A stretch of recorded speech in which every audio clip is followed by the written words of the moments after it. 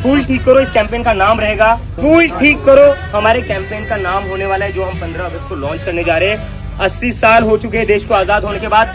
80 साल में अगर सबसे ज्यादा कोई चीज हम लोगों ने इग्नोर करी है, सबसे ज्यादा कोई निग्लेक्ट करी है, जिस पर जरा भी ध्यान नहीं दिया है, वो है गांव में पढ़ने वाले बच्चे, गांव में छोटे छोटे बच्चे। 80वें स्वतंत्रता दिवस की आप सभी देशवासियों को बहुत बहुत बधाई और शुभकामनाएं। आज हम बात करेंगे तिरंगे की आड़ में विकास के झूठे दावे, ढोल नगाड़ों के बीच बदहाल सड़कों और व्यवस्था की जमीनी हकीकत पर आज हम बात करने जा रहे हैं। एक तरफ 80 साल की आजादी और दूसरी तरफ सत्ता के समर्थकों की नजरिए से अगर देखा जाए तो 2014 के बाद की आजादी को काउंट करें तो 12 साल की आजादी।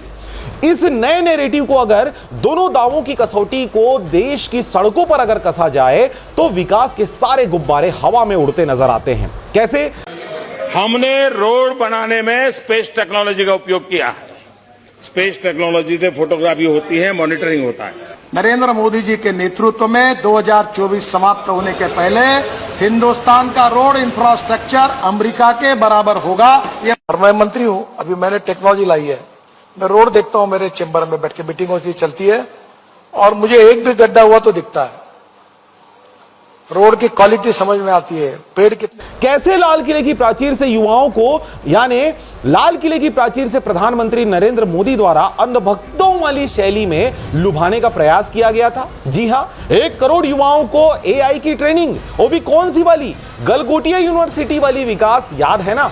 और फिर दिमागी नक्सल कौन है और किसे कह रहे हैं आप? लेकिन हथियारी नक्सल तो गए, लेकिन दिमागी नक्सल, ये दिमागी नक्सल मौके की तलाश में है। हिंसा अराजकता के वो रास्ते खोज रहे हैं, समाज को गलत राह पर घसीटने के लिए भांति भांति के दांव कर रहे हैं। इन दिमागी नक्सलियों को पहचानना होगा, इन दिमागी नक्सलियों को आइसोलेट करना होगा और राष्ट्र को विकसित राष्ट्र बनाने की मुख्य धारा की ओर देश की युवा पीढ़ी को जोड़ना होगा। जैन जी यानी कॉकरोच जनता पार्टी या सीजेपी को, या उनके विचारधारा को फॉलो करने वाले लोगों को। फिर नया विकास का विजन 2047 वाली, देश में सवालों के जवाब देने से भागने वाली सरकार, लेकिन लाल किले में भाषण देने का शौक भी रखती है। और नया इतिहास रचा गया इस लाल किले में। कौन सा इतिहास? वंदे मातरम का पूरा पाठ। जी हां, आजादी के 80 साल बीत जाने के बाद भी अब तक वंदे मातरम को पूरा नहीं गाया गया था, लेकिन नरेंद्र मोदी के चमत्कार से 80वें दशक में वंदे मातरम का पूरा पाठ किया गया। अंधभक्ति या अंधभक्ति में डूबे हुए लोग तो बहुत खुश होंगे। अगस्त से पता चलेगा दिमागी नक्सलियों का अगला मूवमेंट जंतर मंतर में। जी हां, इन पूरी खबरों के बारे में बात करेंगे, लेकिन चैनल को अभी तक आपने सब्सक्राइब नहीं किया है तो कृपया चैनल को सब्सक्राइब कर लें, खबरों को ज्यादा से ज्यादा शेयर करें। हम बात करते हैं डिजिटल भारत की और विकसित भारत की। ये बच्चों का व्हाइट बोर्ड ब्लैक बोर्ड होने की जगह ये खाली पेंट हुआ है। आज भी आज के भारत की सूरत ऐसी है और आज हम आजादी का जश्न मना रहे हैं। यहाँ पे खिड़कियां टूटी हुई हैं और बात करते हैं हम बहुत सुंदर भारत की। आज भी इन पर हमारे बच्चे बैठते हैं, मच्छर उड़ रहे हैं यहाँ पे, और इस छत के नीचे बच्चे बैठते हैं जिसका पानी टपक रहा है छोटी छोटी बारिशों में। ये पानी यहाँ पे गिर रहा है, यहाँ पे बच्चे बैठते हैं। तो क्या हम ऐसा भारत चाहते हैं? क्या हमारे भारत की आजादी ऐसी होनी चाहिए जैसा हमें इस स्कूल में मिल रहा है? ये स्कूल है बालोर गांव का, जो बहादुरगढ़ में पड़ता है। ठीक है, तो स्कूल ठीक करो अभियान के तहत हम यहाँ पे आए थे और आपको दिखाने इस स्कूल की। आज आजादी के 8 दशकों बाद भी चाहे देश के गांव हो या शहर, आम जनता की बुनियादी सुविधाओं के नाम पर केवल बदहाली ही नसीब हो रही है।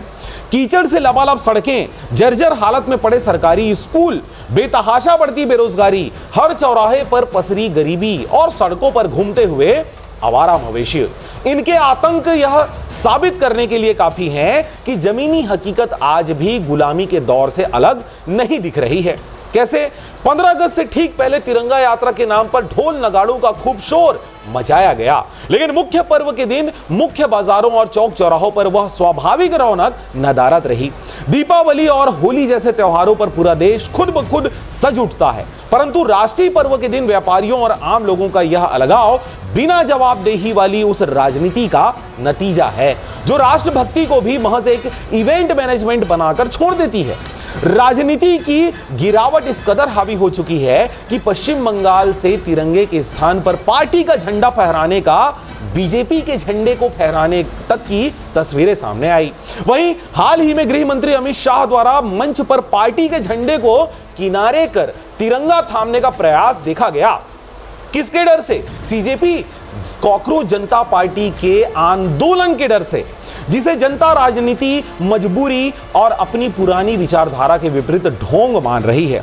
आजकल होर्डिंग, फ्लैक्स और बैनरों की अगर बात कहें तो इन पोस्टरों पर विकास की चमचमाती तस्वीरें छापी जाती है, लेकिन सड़क पर उतरते ही इस क्वालिटी की पूरी पोल भी खुल जाती है। लाल किले की प्राचीर से लेकर मुंगेली के स्थानीय मंचों तक सत्ता में बैठे नेता राष्ट्रीय सम्मान के इन अवसरों का इस्तेमाल सिर्फ अपनी पार्टी का प्रचार करने और आम जनमानस से सफेद झूठ बोलने के लिए कर रहे हैं। इस ढर्रे को चलाने में अब प्रशासनिक तंत्र भी पूरी तरह शामिल हो चुका है। अफसर और कर्मचारी जनता की गाढ़ी कमाई और पैसों से नेताओं और मंत्रियों की फोटो वाले बड़े बड़े पोस्टर लगवा रहे हैं और इसी जी हजूरी को आजादी का नया नाम दे दिया जा रहा है। इन तमाम बदहालियों, नेताओं के खोखले भाषणों और चाटुकारिता की राजनीति के बावजूद अगर कुछ आज भी सीना ताने खड़ा है तो वह है आम हिंदुस्तानी का वह सच्चा देश प्रेम। चाहे मासूम बच्चे हों या फिर बड़े बुजुर्ग, देश के हर नागरिकों के दिल में तिरंगा कल भी पूरी आन बान शान से बसता था और आज भी पूरी आन बान शान से ही बसता है। इसे साबित करने के लिए जनता को किसी नेता, दल या सरकार के सर्टिफिकेट की जरा भी जरूरत नहीं है। क्या सोचते हैं आप इस खबर के बारे में? चैनल को अभी तक आपने सब्सक्राइब नहीं किया तो कृपया चैनल को सब्सक्राइब कर लें और इन प्रकार की खबरों को शेयर जरूर करें। मैं था पुखराज सिंह, नमस्कार। कंधों से मिलते हैं कंधे, कदमों से कदम मिलते हैं, हम चलते हैं जब ऐसे तो दिल दुश्मन के हिलते हैं।